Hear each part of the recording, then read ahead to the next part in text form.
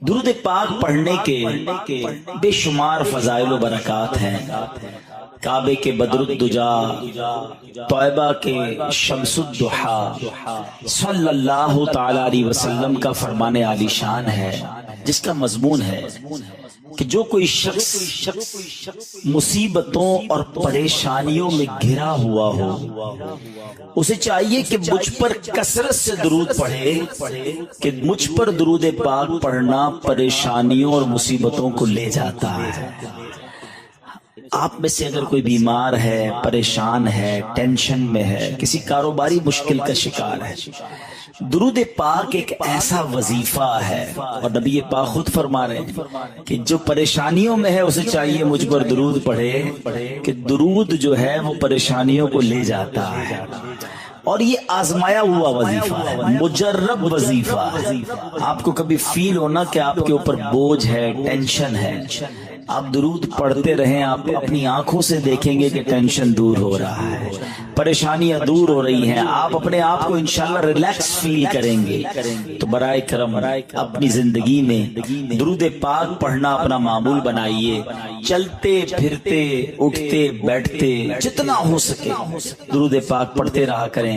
ایک بار مل کر محبت کے ساتھ باواز بلند درود پاک پڑھ لیں۔ صلو علی الحبیب صلی اللہ تعالی علی محمد صلی اللہ علیہ وسلم۔ قرآن مجید فرقان حمید میں جس اللہ کے نبی کا سب سے زیادہ ذکر ہے وہ ہے اللہ کے نبی حضرت موسیٰ علیہ السلام۔ آپ کلیم اللہ ہیں، اللہ کریم سے آپ گفتگو کیا کرتے تھے، اللہ نے یہ شرف آپ کو عطا فرمایا۔ حضرت موسیٰ کلیم اللہ ہیں اور میرے آقا حبیب اللہ ہیں۔ حضرت موسیٰ کلام کیا کرتے تھے، مگر میرے آقا کو رب نے معراج کی رات اپنے پاس بلا کر سر کی آنکھوں سے اپنا دیدار بھی کروا دیا۔ حضرت موسیٰ کی شان بہت عرفہ اور اعلیٰ ہے، کمال کی ہستی ہے، مگر نبی پاک کی جب بات کرتے ہیں تو سبحان اللہ، حضرت موسیٰ علیہ السلام جو ہے انہوں نے التجا پیش کی تھی۔ آپ نے عرض کیا تھا اللہ کی بارگاہ میں کہ مولا میں تجھے دیکھنا چاہتا ہوں۔ ارشاد ربانی ہوا لن ترانی، اے موسیٰ تم مجھے نہیں دیکھ سکو گے، لیکن سبحان اللہ وہاں منع کیا گیا اور نبی پاک کو بلایا جا رہا ہے، جبریل امین کو بھیجا جا رہا ہے، اور جبریل امین پیارے آقا علیہ السلام کی بارگاہ میں حاضر ہو کر آپ کو رب کی بارگاہ میں بلانے آتے ہیں۔ حضرت موسیٰ علیہ السلام نے جب دیدار کی تمنا کی تھی تو کوہ طور پر تجلی نازل کی گئی، اور حضرت موسیٰ علیہ السلام اس تجلی کی تاب نہ لا کر بے ہوش ہو گئے تھے۔ ذرا ان دونوں واقعات کو، ایک طرف کوہ طور کا واقعہ، ایک طرف معراج کے واقعے کو نظر میں رکھ کر اب ذرا اس شعر کو سنیے گا، مزید ایمان تازہ ہوگا۔ شاعر لکھتے ہیں قصہ طور و معراج سمجھے کوئی، What is the difference between طور and معراج؟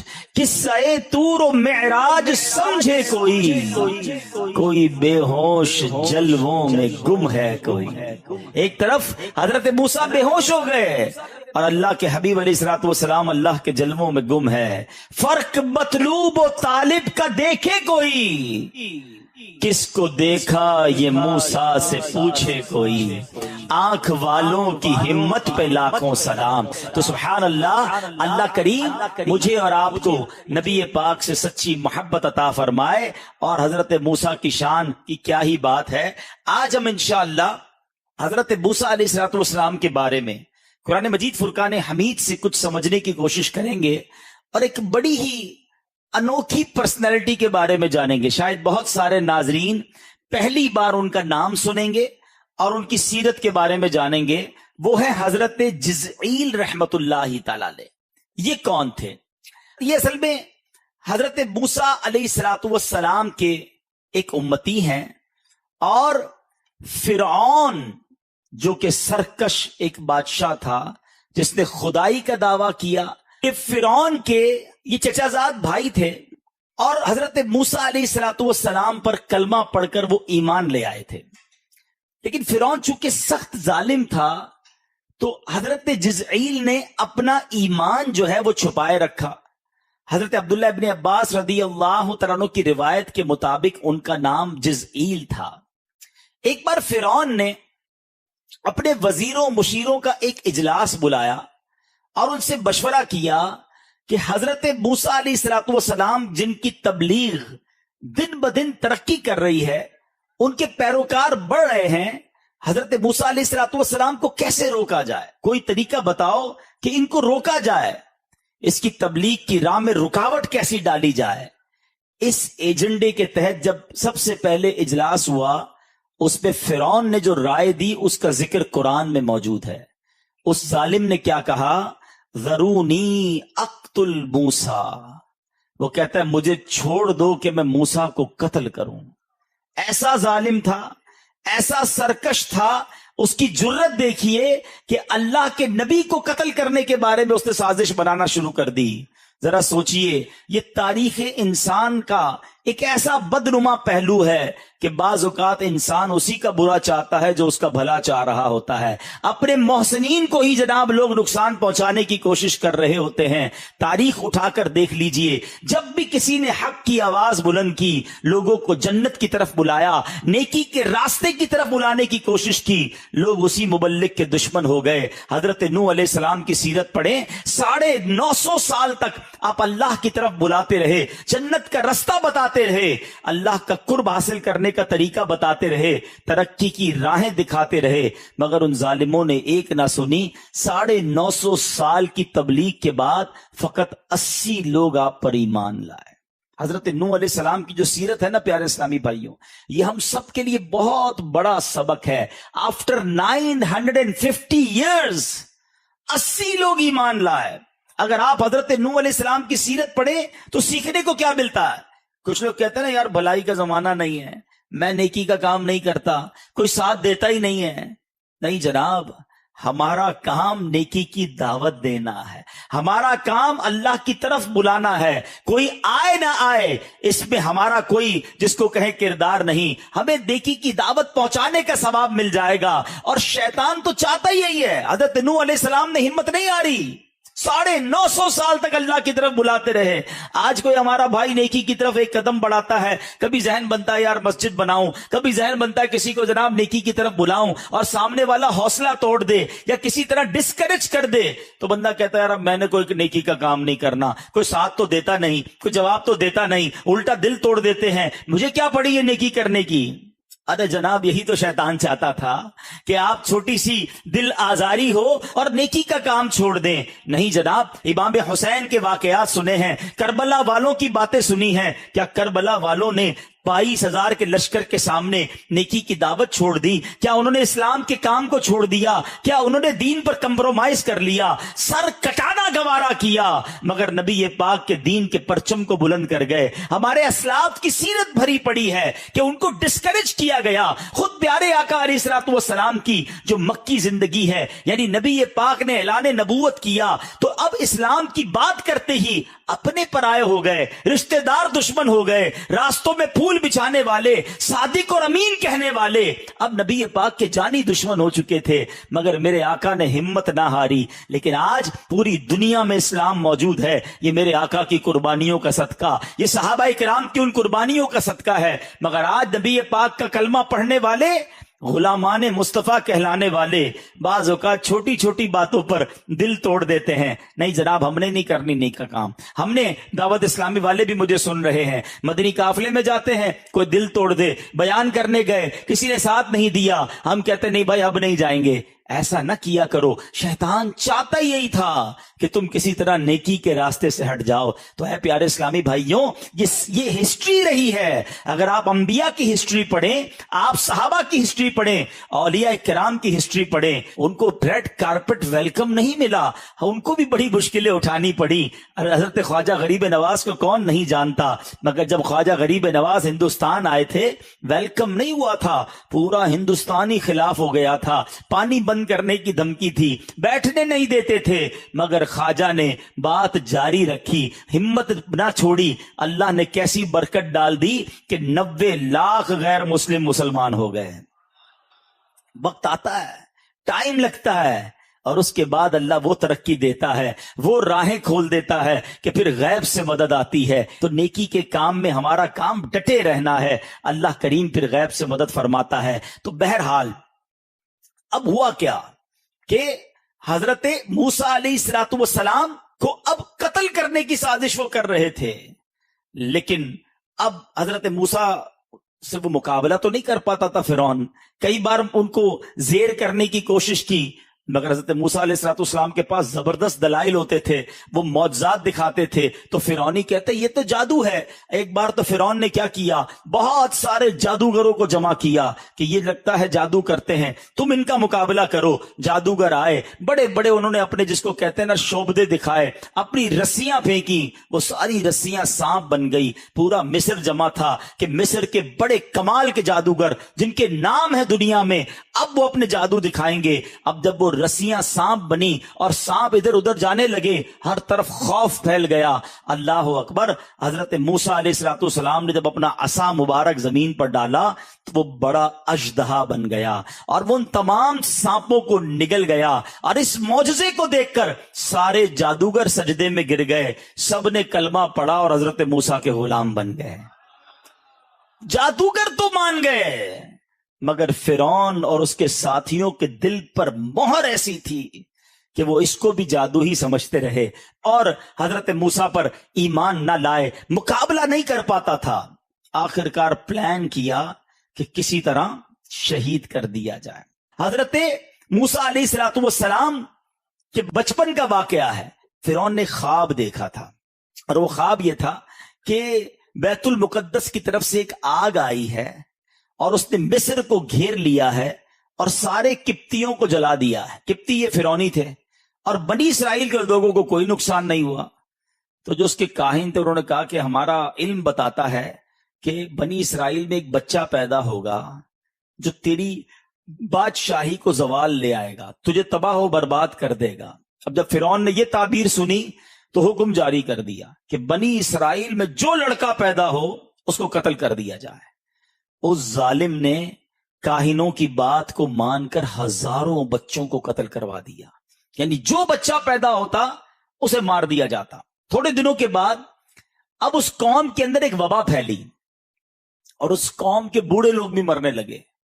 اب اس کے وزیروں نے کہا ادھر سے بوڑھے مر رہے ہیں، ادھر سے تم بچے قتل کروا رہے ہو، تھوڑے عرصے بعد تو ہماری تعداد ہی ختم ہو جائے گی، ہماری آگے جا کے خدمت کون کرے گا، ہمارے کام کو آج کون چلائے گا، جوان تو بنیں گے ہی نہیں۔ جب بچے ہی مار دو گے تو کیسے یہ نسل آگے چلے گی؟ تو اب اس نے کہا کہ ایسا کرو، 1 سال بچے جو پیدا ہوں ان کو مار دو، اگلے سال جو بچے پیدا ہوں ان کو چھوڑ دو۔ عجیب و غریب اس کے فیصلے تھے۔ تو 1 سال جس سال بچوں کو نہیں قتل کرنا تھا اس سال حضرت ہارون علیہ السلام پیدا ہوئے، تو وہ بچ گئے، معاملات سے نکل گئے۔ اب جس سال بچوں کو قتل کرنا تھا اس سال حضرت موسیٰ پیدا ہوئے۔ اب وہ تو اس کے کارندے ڈھونڈتے تھے کہ کدھر بچہ ملے اسے قتل کر دیں۔ حضرت موسیٰ علیہ السلام کی جو والدہ تھی انہوں نے کیا کیا کہ حضرت موسیٰ علیہ السلام کی پیدائش کو بہت چھپایا کہ کسی طرح پتہ نہ چلے۔ اور اب سبحان اللہ، اللہ کریم نے ان کے دل میں یہ الہام ڈالا، حضرت موسیٰ کی والدہ کے دل میں، کہ تم حضرت موسیٰ کو دودھ پلاؤ۔ جب تمہیں یہ خوف ہونا، کیونکہ بچہ روتا بھی ہے کہ ہمسایوں کو پتہ چل جائے گا، تو پھر کیا کرنا کہ فرعون کو معلوم ہوتے سے پہلے بے خوف و خطر اس بچے کو مصر کے دریائے نیل میں ڈال دینا اور ڈوب جانے کا اندیشہ نہ کرنا، اس کی جدائی کا غم بھی نہ کرنا، ہم اسے تیری طرف لوٹا دیں گے اور اسے رسول بنائیں گے۔ اچھا، یہ پوری بات اللہ کریم نے قرآن میں بیان فرمائی۔ حضرت موسیٰ کی والدہ کا نام کیا تھا؟ یوحانز، اور آپ لاوی بن یعقوب کی نسل سے ہیں۔ پہلے آپ کے دل میں یہ بات ڈالی کہ بچے سے گھبرانا نہیں، اس بچے کو پانی میں ڈال دینا، یہ ڈوبے گا نہیں اور فرعون بھی نقصان نہیں پہنچائے گا، یہ بچہ واپس بھی تمہارے پاس آئے گا اور اس کو رسول بھی بنایا جائے گا۔ اب ایک ماں ہے، اس کو پتا ہے پورے شہر کے بچے قتل کیے جا رہے ہیں، میرا بچہ کیسے بچ سکتا ہے؟ لیکن اللہ کریم نے دل میں یہ بات ڈال دی، اور اس بات کو قرآن سورہ قصص میں کتنے پیارے انداز انداز میں بیان فرماتا ہے. میں یہ واقعہ بیان کرتے کرتے تھوڑا سا توجہ یہ بھی دلانا چاہوں گا کہ دیکھو یہ سب رب کے کلام میں موجود ہے. یہ ہمیں پہلے کیوں نہیں پتا, یہ ہم نے پہلے کیوں نہیں پڑھا, اور اپنے بچوں کو, اپنی فیملی کو یہ واقعات ہم کیوں نہیں سناتے. سنو اللہ قرآن میں کیا فرماتا ہے. بسم اللہ الرحمن الرحیم. وَأَوْحَيْنَا إِلَىٰ أُمِّ مُوسَىٰ أَنْ أَرْضِعِيهِ فَإِذَا خِفْتِ عَلَيْهِ فَأَلْقِيهِ فِي الْيَمِّ وَلَا تَخَافِي وَلَا تَحْزَنِي إِنَّا رَادُّوهُ إِلَيْكِ وَجَاعِلُوهُ مِنَ الْمُرْسَلِينَ. اللہ قرآن میں فرماتا ہے ہم نے موسیٰ کی ماں کو الہام فرمایا کہ اسے دودھ پلا, پھر جب تجھے اس پر خوف ہو تو اسے دریا میں ڈال دے, اور خوف نہ کر اور غم نہ کر. وَلَا تَخَافِي وَلَا تَحْزَنِي, خوف نہ کر, غم نہ کر, بے شک ہم اسے تیری طرف پھیر لائیں گے اور اسے رسولوں میں سے بنائیں گے. اچھا, اللہ کا وعدہ تھا, اللہ کی نیک بندی تھی. آپ نے کیا کیا کہ آپ نے پہلے تو کچھ دنوں تک دودھ پلایا, آپ کی بہن کے سوا کسی کو بتایا نہیں, لیکن جب کچھ دن کے بعد والدہ کو فرعون کی طرف سے اندیشہ ہوا تو ایک صندوق بنایا, نیچے روئی بچھائی, چھوٹا سا بچہ ہے, اس بچے کو اس صندوق میں ڈالا گیا. حضرت موسیٰ کو صندوق میں بند کیا اور اس کے درزیں روغن کیر سے, روغن کے ذریعے اس کی درازیں بھی بند کر دی, اسے دریائے نیل میں بہا دیا. تصور کریں ماں کی کیفیت کیا ہوگی کہ چھوٹے بچے کو اب دریائے نیل کے حوالے کیا جا رہا ہے. یہاں ایک بات سیکھنے کو مل رہی ہے, اللہ والیوں کو اللہ پر بھروسہ کیسا تھا, یقین کیسا تھا. انہیں یقین تھا کہ رب کا وعدہ ہے میرے بچے کو آنچ نہیں آنی. مسئلہ یہ ہے ہم اچھے خاصے گھر میں بیٹھے ہوں, ہم اپنے شاندار گھر میں, پکے گھر میں بیٹھے ہوں, ہمیں پھر بھی ٹینشن رہتی ہے کل کیا ہوگا, پرسوں کیا ہوگا, بچوں کا کیا ہوگا, کاروبار کا کیا ہوگا. کئی لوگ ملتے ڈپریشن کے مریض ہو گئے, بڑی ٹینشن میں ہوں. بھائی کیوں ٹینشن ہے؟ سوچیں بڑی آتی ہیں, پتہ نہیں میرے بعد بچوں کا کیا ہوگا, اگلے سال کاروبار کا کیا ہوگا. اتنا سوچتے کیوں ہو؟ رب پر بھروسہ کدھر گیا, توکل کدھر گیا؟ ارے اللہ پر بھی بھروسہ کرو, جس رب نے پیدا کیا ہے وہی سنبھالے گا, وہی پالے گا. مجھے بھی پال رہا ہے, میرے بچوں کو بھی پالے گا. ہم یہ جو بے توکل والی باتیں کرتے ہیں یہ ٹھیک نہیں ہے. اب سنو کیا ہوا. اب وہ صندوق کدھر گیا؟ اللہ کی شان دیکھو, کسی اور جگہ بھی جا سکتا تھا, مگر یہ صندوق کیا ہوا. حضرت موسیٰ علیہ السلام کی والدہ نے ان کی یعنی حضرت موسیٰ کی بہن مریم سے کہا کہ ذرا تم صندوق کے ساتھ ساتھ دریا کے کنارے کنارے چلتی رہو, دیکھو صندوق جاتا کدھر ہے, بھائی پر نظر رکھو. وہ بہن چلتی رہی, دیکھتی رہی. اب ہوا کیا کہ یہ دریا سے نکل کر ایک بڑی نہر میں چلا گیا صندوق. اور وہ تیرتے تیرتے تیرتے وہ نہر کہاں جاتی ہے؟ وہ فرعون کے محل کے قریب سے گزرتی تھی. حسن اتفاق دیکھیں کہ فرعون اپنی بیوی آسیہ کے ساتھ نہر کے کنارے بیٹھا ہے. نہر میں صندوق دیکھا, غلاموں کو کہا وہ صندوق اٹھا کر لاؤ. جس کے کارندوں سے بچانے کے لیے بچے کو پانی میں ڈالا ہے وہ صندوق اسی ظالم کے ہاتھ میں چلا گیا. اب جیسے ہی صندوق کھولا گیا, ایک چاند سا چہرے والا, ایک نورانی چہرے والا بچہ اس صندوق میں ہے, مسکرا رہا ہے, کھلکھلا رہا ہے. سبحان اللہ, ایسی وجاہت تھی, آثار ایسے اس کی پیشانی پر تھے. حضرت آسیہ کے دل میں تو محبت آئی, فرعون کے دل میں بھی اللہ نے تھوڑی دیر کے لیے محبت ڈال دی. فرعون کی قوم نے ورگلایا کہ یہ وہی بچہ نہ ہو جو تمہیں مارنے والا ہے, تم نے خواب دیکھا تھا. فرعون کی بیوی کیا کہتی ہے؟ حضرت آسیہ کہتی ہے یہ بچہ میری اور تیری آنکھوں کی ٹھنڈک بنے گا, اسے قتل نہ کرو, ہو سکتا ہے ہمیں نفع دے, ہم اسے بیٹا بنا لیں. فرعون کی بیوی آسیہ بڑی نیک خاتون تھی, انبیاء کی نسل سے تھی, غریبوں اور مسکینوں پر رحم کیا کرتی تھی. انہوں نے فرعون سے یہ بھی کہا کہ یہ بچہ تو 1 سال سے بڑا معلوم ہوتا ہے. حضرت موسیٰ علیہ السلام کی جو گروتھ تھی نا وہ بڑی زبردست تھی. آپ ابھی 1 سال کے ہوئے نہیں تھے, دکھنے میں آپ 1 سال سے زیادہ کے لگتے تھے. تو حضرت آسیہ نے کہا کہ یہ 1 سال سے بڑا معلوم ہوتا ہے, لگتا ہے یہ اس سال پیدا ہوا ہے جس سال تم نے کہا تھا قتل نہیں کرنا ہے. اچھا یہ پتہ نہیں پانی میں آ رہا ہے, ہمارے یہاں کا ہو ہی نہ, کسی اور ملک سے آ رہا ہو. ہمیں تو اپنے ملک میں پیدا ہونے والے بچوں سے فکر ہونی چاہیے, یہ کسی اور سرزمین سے آیا ہوگا, لہذا تم اسے قتل نہ کرو. اللہ کی شان دیکھیں, وہ فرعون جو ہزاروں بچے قتل کروا چکا تھا حضرت موسیٰ کی تلاش میں, حضرت موسیٰ اس کے گھر پہنچ گئے اس کو قتل نہیں کروایا. یہ جو میں جتنی باتیں کر رہا ہوں یہ سب قرآن میں موجود ہیں. اب حضرت موسیٰ علیہ الصلوۃ والسلام کی والدہ نے سنا کہ ان کو پتہ چل گیا. بیٹی نے آ کے بتایا کہ ماں جی جس شیطان سے, جس ظالم سے بچے کو بچانا تھا, وہ صندوق تو گھومتے گھومتے فرعون کے پاس ہی پہنچ گیا. اللہ اکبر. ماں کا دل, ماں کی کیا کیفیت ہوئی ہوگی کہ میں نے, اللہ نے تو وعدہ فرمایا تھا کہ میرے بچہ نہ ڈوبے گا, اس کی حفاظت ہوگی, یہ میرے پاس واپس بھی آئے گا. یہ بچہ تو چلا ہی اتر گیا کہ جدھر مجھے بچانا تھا, جس سے. ماں بے قرار. اللہ اکبر. وہ کہتی ہے کہ میں جا کر کہہ دیتی ہوں فرعون کے دربار میں, یہ میرا ہی بیٹا ہے, کیوں میرے بیٹے کو تم نے لیا ہے. اب پھر اللہ نے دل میں الہام پیدا فرمایا. پھر انہیں الہام کیا گیا کہ وعدے پر یقین رکھو, بچہ تمہیں لوٹایا جائے گا.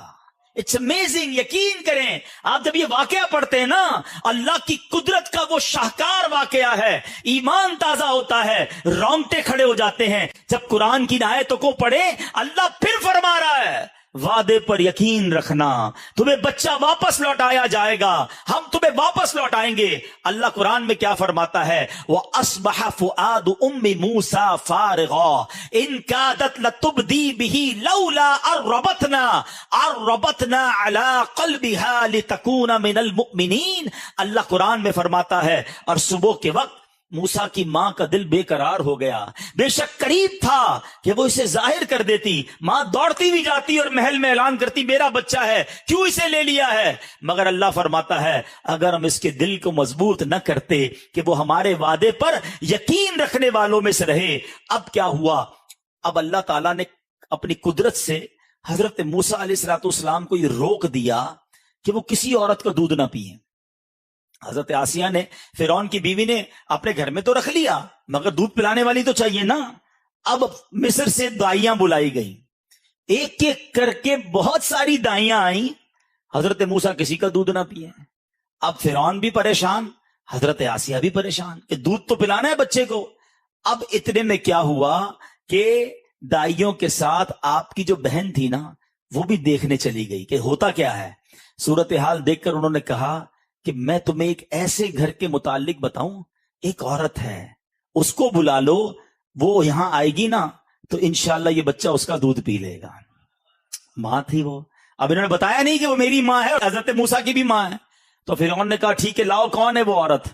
جیسے ہی آپ کی والدہ آئیں, اللہ اکبر, حضرت موسیٰ جو ہیں وہ فرعون کی گود میں ہیں اور رو رہے ہیں. فرعون بڑی کوشش کر رہا ہے کسی طرح خاموش ہو جائیں, لیکن جب والدہ تشریف لائیں, ماں کی خوشبو سونگی حضرت موسیٰ کو قرار آ گیا. ابھی تو کمرے میں داخل ہوئی ہیں اور حضرت موسیٰ گود میں جو ہیں وہ خاموش ہو گئے ہیں, ریلیکس ہو گئے ہیں. اب جیسے ہی ماں نے گود میں لیا, اللہ اکبر, حضرت موسیٰ نے دودھ پینا شروع کر دیا. اب ایک بڑا ٹرننگ پوائنٹ آیا. فرعون کہتا ہے بتاؤ تم ہو کون, تمہارا اس بچے سے تعلق کیا ہے. تھا تو بڑا ذہین, خدائی کا دعویٰ کیا تھا, ظالم بھی بڑا تھا. کہتا تمہارا اس بچے سے کیا تعلق ہے, سارے شہر کی عورتوں کا دودھ نہیں پیا اور تمہارا دودھ کیسے پی لیا اس نے. بڑا خطرناک ٹرننگ پوائنٹ تھا. اب آپ کی والدہ کی ذہانت دیکھیں, کیسا شاندار. تفسیر قرآن میں واقعہ لکھا ہے. جواب کیا دیا آپ کی والدہ نے.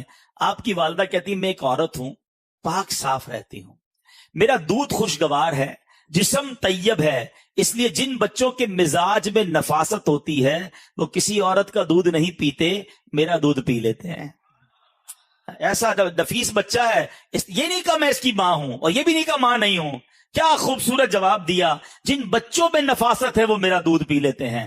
اللہ اکبر. فرعون نے کہا ایسا کرو پھر یہ بچہ تم ہی لے جاؤ, اپنے گھر پہ پالو, گھر جا کر دودھ پلانا. اللہ اکبر. ماں اپنے لختے جگر کو گھر لے آئی. اللہ کا وعدہ پورا ہو گیا. رب نے وعدہ فرمایا تھا گھبرانا نہیں, ڈرنا نہیں, بچہ واپس لوٹائیں گے. یہ ہے میرے رب کی شان. جب رب حفاظت فرماتا ہے تو شیطان کے چنگل سے, فرعون کے چنگل سے, ظالم کے چنگل سے بھی نکال لاتا ہے. اصل چیز بھروسہ ہونا چاہیے. حضرت موسیٰ علیہ الصلوۃ والسلام کی ماں کو رب پر بھروسہ تھا. بچہ پانی کے حوالے کیا, اللہ نے فرعون کے گود سے اٹھا کر اللہ نے حضرت موسیٰ کی والدہ میں گود میں عطا فرما دیا. کیا واقعہ ہے, اور سیکھنے کو یہی ملتا ہے. بندہ کہتا ہے نا یار اب پھنس گیا ہوں، اب نکل نہیں سکوں گا، اب مسئلہ حل نہیں ہوگا، اب ٹینشن دور نہیں ہو سکتی، ایسا بڑا پرابلم آ گیا ہے کوئی حل نہیں کر سکتا۔ نہیں میرے پیارے اسلامی بھائیوں، مایوسی کی باتیں نہ کیا کرو، ٹینشن میں نہ آیا کرو، اللہ پر بھروسہ رکھو۔ آج میں آپ کو ایک وظیفہ بھی بتاؤں گا۔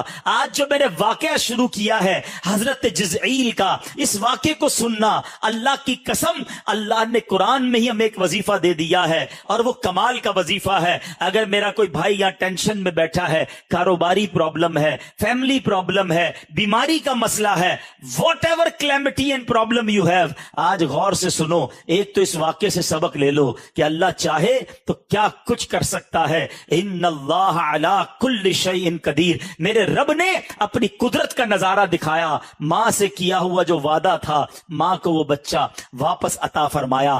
اب کیا ہوا؟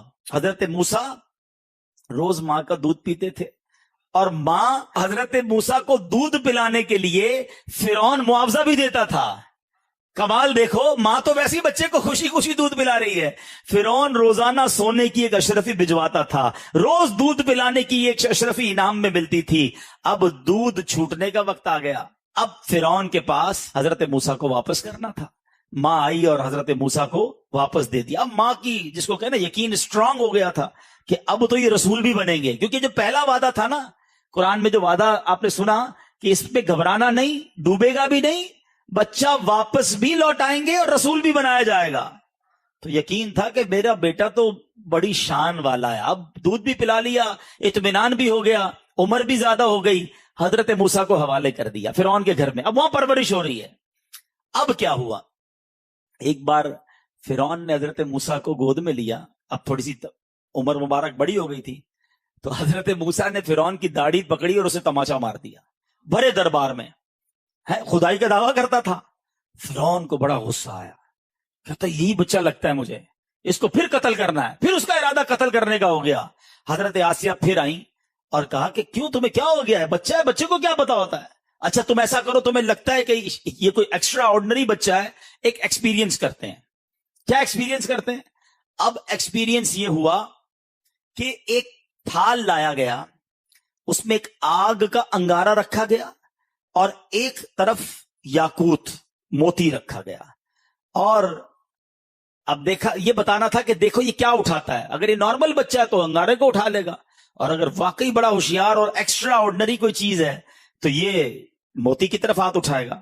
آپ تھے تو اللہ کے نبی، چنے ہوئے بندے تھے، آپ نے ہاتھ موتی کی طرف ہی بڑھایا، مگر فرشتہ آیا اور اس نے آپ کا ہاتھ پکڑ کر انگارے کی طرف ہاتھ کر دیا، اور آپ نے انگارہ اٹھا کر اپنے منہ میں رکھ لیا، جس سے آپ کی زبان مبارک جل گئی، اور اس کی بنا پر حضرت موسیٰ علیہ السلام کی زبان میں لکنت بھی پیدا ہوئی۔ کہنے کا مقصد یہ ہے کہ یہ ظالم جانتا تھا کہ میں نے کتنی بار کوشش کی ان کو زیر کرنے کی، یہ زیر نہیں ہوتے، اللہ انہیں بچا لیتا ہے، پھر بھی یہ ان پر ایمان نہیں لاتا تھا۔ اور حضرت جزعیل جو فرعون کے کزن تھے، وہ دیکھ رہے تھے، آخر کار ان کو رہا نہیں گیا، ایمان چھپایا ہوا تھا، مگر جب اب قتل کی سازش ہونے لگی تو وہ کھڑے ہو گئے، اور انہوں نے حضرت موسیٰ علیہ السلام کے بارے میں اب بڑے دربار میں تقریر کی۔ اب وہ تقریر کیا تھی؟ حضرت موسیٰ کی حمایت میں فرعون کا کزن، ان کو پتا تھا کہ اب مجھے چھوڑیں گے نہیں، مگر ان کو بھی یقین تھا، حق بات کرنی تھی۔ انہوں نے کہا کہ فرعون کو اور اس کے درباریوں کو اللہ کے عذاب سے ڈرایا، حضرت نوح کی، حضرت ہود کی، حضرت صالح علیہ السلام کی قوم کے حالات کے بارے میں بتایا، انہیں حضرت یوسف علیہ السلام کا دور نبوت یاد دلایا۔ انہوں نے کہا دیکھو یہی مصر ہے جہاں حضرت یوسف کا دور حکومت بھی رہا، یہ وہی بات کر رہے ہیں جو حضرت یوسف کیا کرتے تھے۔ حضرت موسیٰ اللہ کے نبی ہیں، اے فرعون اور فرعون کی قوم، تم سارے کلمہ پڑھ لو، ایمان قبول کر لو، اللہ پاک کے عذاب سے پناہ مانگو، جنت کے رستے پر چلو۔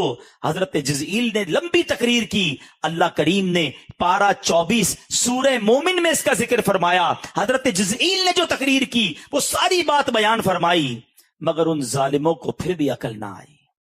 انہوں نے جواب میں کیا کہا؟ سنو وہ کہتے ہیں، وہ بھی قرآن میں موجود ہے، فَسَتَذْكُرُونَ مَا أَقُولُ لَكُمْ، تو جلد ہی تم وہ یاد کرو گے جو میں تم سے کہہ رہا ہوں. یعنی وہ کہنے لگے اے فرعون کے ساتھیوں میری بات مان لو. اگر نہیں مانو گے نا تو جب اللہ کا عذاب آئے گا نا، عذاب تمہیں لپیٹ میں لے لے گا، تب تمہیں میری باتیں یاد آئیں گی. اس پر فرعون اور اس کے وزیروں اور مشیروں نے حضرت جزئیل کو دھمکی دی کہ تم نے ہمارے دین کی مخالفت کی ہے، ہم تمہارے ساتھ بھی بڑے برا پیش آئیں گے، تمہیں بھی نہیں چھوڑیں گے. اب حضرت جزئیل نے جو جملہ کہا، اب ذرا سنیے گا. میرا جو آج بیان کا مین موضوع ہے نا، جو میں آج آپ کو ایک قرآنی وظیفہ دینا چاہتا ہوں، ٹینشن سے ریلیکسیشن کا وظیفہ دینا چاہتا ہوں. حضرت جزئیل نے جو جملہ کہا، کمال دیکھو، آپ کی زبان سے یہ جملہ ادا ہوا، حالانکہ آپ فرعون کے قوم کے تھے، مگر اللہ کریم نے اس جملے کو قرآن پاک میں شامل فرما لیا ہے.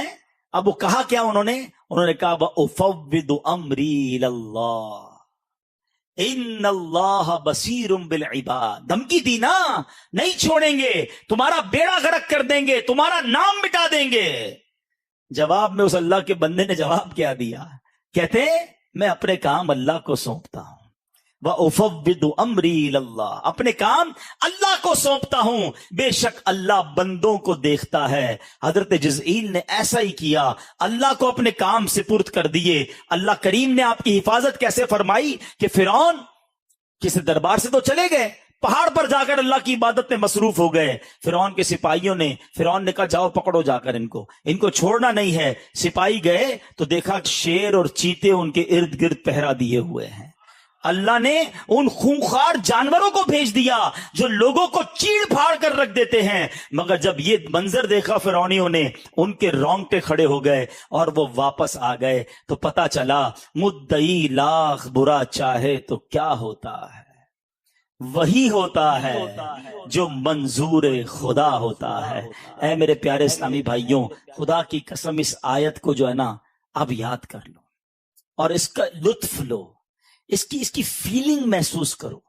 جب آپ پریشان ہو نا، جب آپ کو لگے نا کہ سب ختم ہو گیا ہے، اب میں پھنس گیا ہوں، بعض اوقات فیلنگ آتی ہے ایسی کہ یار ایسی مصیبت آ گئی ہے کہ اس سے کیسے نکلوں گا، ڈاکٹروں نے منع کر دیا ہے، بیماری ایسی ہو گئی ہے، گھر میں جھگڑا ایسا ہو گیا کہ اب طلاق تک نوبت پہنچ گئی ہے، ارے جناب قرضہ اتنا بڑا چڑھ گیا کہ نکلوں گا کیسے، معاملہ دشمن اتنے ہو گئے کہ بچوں گا کیسے. ارے کچھ بھی ہے پہلے اللہ کو سونپ کر تو دیکھو نا. وَأُفَوِّضُ أَمْرِي إِلَى اللَّهِ، کبھی آنکھیں بند کر کے یہ آیت پڑھا کرو اور سوچو اب کیا اس کا ترجمہ کیا ہے. میں اپنے کام اپنے اللہ کو سونپتا ہوں، اپنی ساری چیزیں اپنے رب کو سونپتا ہوں. اور رب کیا فرماتا ہے؟ ان اللہ بصیر بالعباد، بے شک اللہ بندوں کو دیکھتا ہے. وہ دیکھ رہا ہے میرے ساتھ جو ہو رہا ہے نا، وہ دیکھ رہا ہے، وہ کریم ہے، وہ میری ماں سے زیادہ مجھے چاہنے والا ہے. ہمارا پرابلم یہی ہے، ہمیں سب پر بھروسہ ہے، ہمیں رب پر بھروسہ نہ رہا. ہم سمجھتے فلاں منسٹر سے تعلق ہوگا نا تو کام ہو جائے گا، فلاں کے پاس جاؤں گا تو مسئلہ حل ہو جائے گا، کوئی سیٹ ہوگی نا میرے پاس تو میرے مسئلے حل ہو جائیں گے، کسی علاقے کا چودھری بن جاؤں گا، کسی انجمن کا صدر بن جاؤں گا، یا اتنا بینک بیلنس ہوگا نا تو پھر بچے بھی سخی رہیں گے، اتنے پیسے بنا لوں اس کے بعد سب سیٹ ہو جائے گا. ہم دنیا کے پیچھے بھاگ رہے ہیں، ہمیں لگتا ہے جب تک یہ معاملات ہوں گے جب سارے کام حل ہو جائیں گے. یہ ہماری بھول ہے. یاد رکھو اگر پیسے سے خوشی خریدی جاتی ہوتی نا تو کوئی امیر وہ پریشان نہ ہوتا، کوئی مالدار ٹینشن میں نہ ہوتا.